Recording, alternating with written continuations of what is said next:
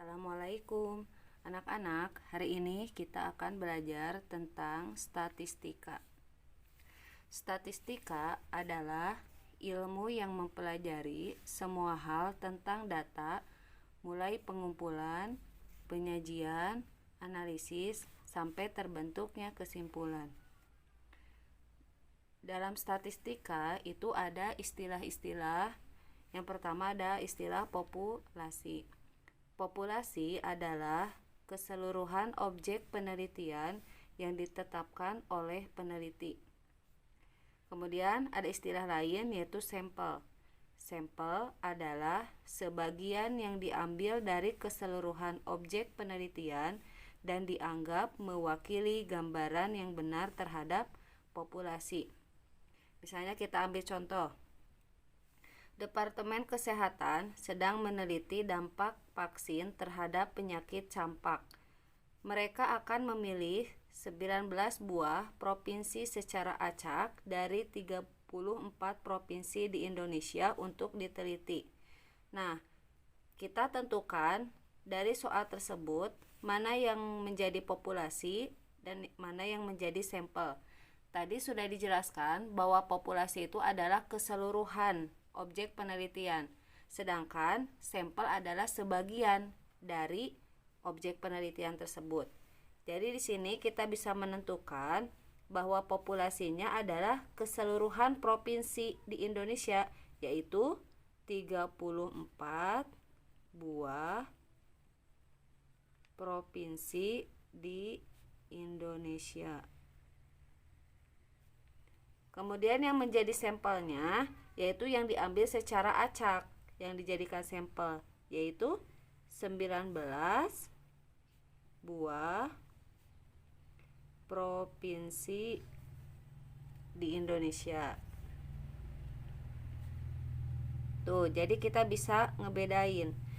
Kalau populasi mah keseluruhan yaitu 34 buah provinsinya, sedangkan sampel itu sebagian dari populasi yaitu 19 buah provinsi. Nah, ilmu statistik juga itu banyak manfaatnya dalam kehidupan sehari-hari. Yang pertama, kalau kita di sekolah itu bisa dipakai untuk menghitung rata-rata nilai ujian misalnya. Kemudian menentukan banyaknya siswa yang suka bolos. Nah, kalian yang suka bolos itu bisa ya dihitung banyak rata-ratanya. Kemudian bisa juga untuk menghitung tingkat kepatuhan siswa pada peraturan sekolah. Dan sekarang yang lagi di masa pandemi itu juga bisa menghitung tingkat penularan COVID-19 di suatu lokasi tertentu misalkan ya. Dan masih banyak lagi. Oke, sekarang kita fokus untuk pembahasan mengenai statistik pada data tunggal.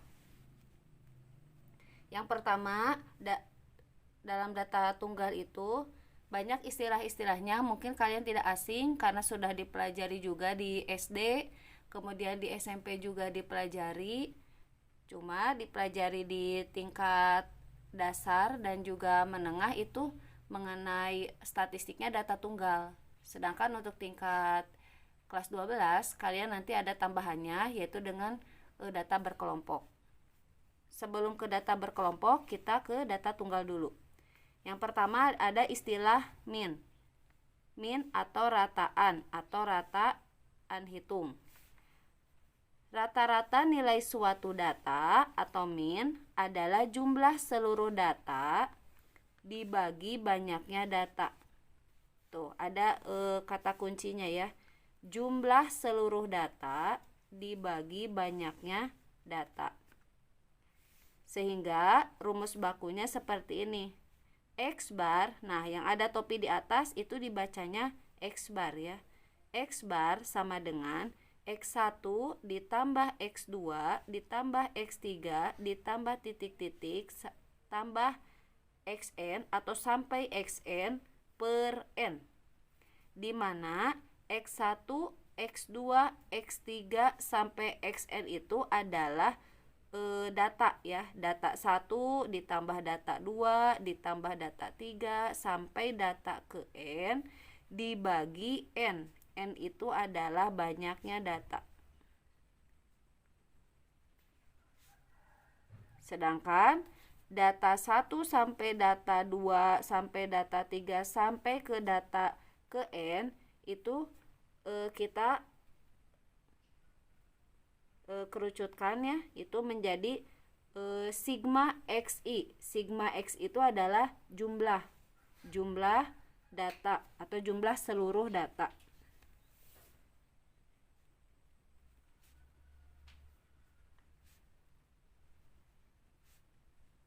Nah, kalau sudah paham dari pengertiannya, kita coba ke contoh soalnya.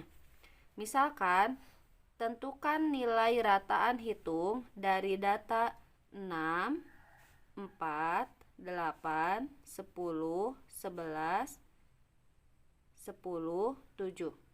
Nah, bagaimana cara mengerjakannya? Tadi ingat bahwa min atau rata-rata itu adalah jumlah seluruh data dibagi banyaknya data. Jadi X bar sama dengan, kita jumlahkan semuanya 6. Ini kan jumlah data ya, jadi kita jumlahkan data 1 sampai data terakhir. 6 ditambah 4 tambah 8 tambah 10 tambah 11 tambah 10 tambah 7 per banyaknya data. Kita hitung banyaknya data itu ada berapa? 1, 2, 3, 4, 5, 6, 7. Nah, banyaknya data adalah 7. Kalau sudah, kita jumlahkan jumlah datanya.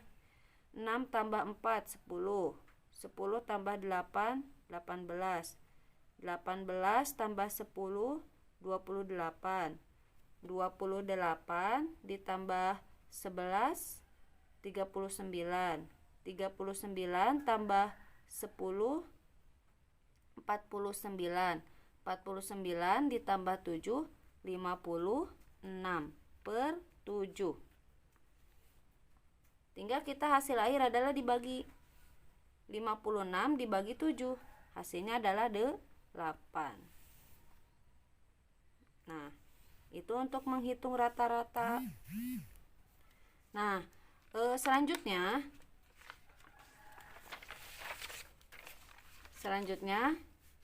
ada istilah lain yaitu tentang median. Median juga sudah tidak asing ya. Median itu adalah nilai tengah dari data yang telah disusun berurutan nilai dari yang terkecil sampai dengan yang terbesar. Jadi fokus ya ke nilai tengah.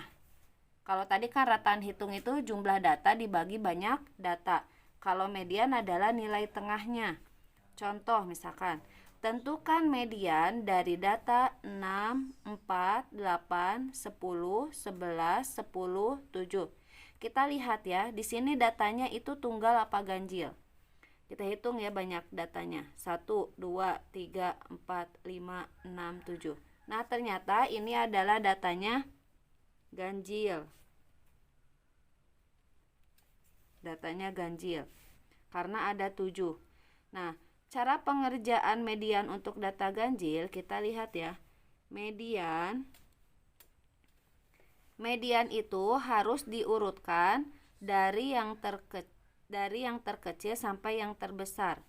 Berarti kita urutkan dulu untuk data ganjilnya. Ini urutkan dari yang terkecil sampai terbesar. Datanya adalah, coba kita urutkan dulu. Yang pertama 4. Kemudian data yang kedua 6. Data selanjutnya 7. Kemudian 8. 10, 10, 11. Nah, kalau sudah kita urutkan datanya dari yang terkecil sampai yang terbesar, kita tinggal lihat. Di sini datanya tadi ganjil ya. 1, 2, 3, 4, 5, 6, 7. Nah, berarti kita lihat 7 itu 7 dibagi 2 berapa? 3. Berarti kita ambil 3 kiri 3 tapi bersisa 1. Berarti kita ambil 3 ke kiri dan 3 ke kanan. Nah, yang menjadi mediannya adalah ini di tengah-tengahnya, yaitu mediannya adalah 8. Oke? Bisa? Nah, sekarang coba kita ambil datanya, misalkan data genap ya.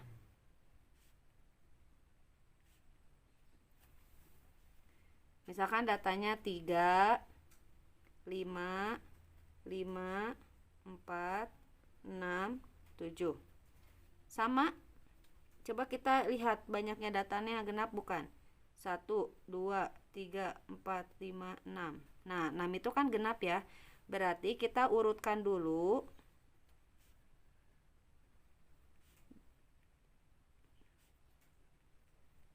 Urutkan dari data terkecil sampai ke terbesar.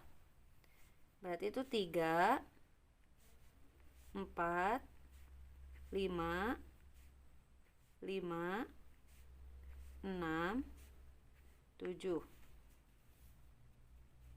Kalau sudah, kita lihat ini datanya ada 6. 6 dibagi 2. Berarti hasilnya 3. Nah, berarti kita ambil 3 ke kiri, 3 ke kanan. Ini untuk data genap. Berarti yang menjadi mediannya adalah ini. Nah, yang berada di tengah-tengahnya antara data ketiga dengan data keempat. Maka mediannya adalah 5 ditambah 5 per 2. 5 tambah 5, 10 dibagi 2, hasilnya adalah 5. Nah, itu pembahasan hari ini. Semoga pembahasan hari ini bermanfaat. Untuk lebih paham lagi, silakan kalian banyak latihan di rumah. Wassalamualaikum warahmatullahi wabarakatuh.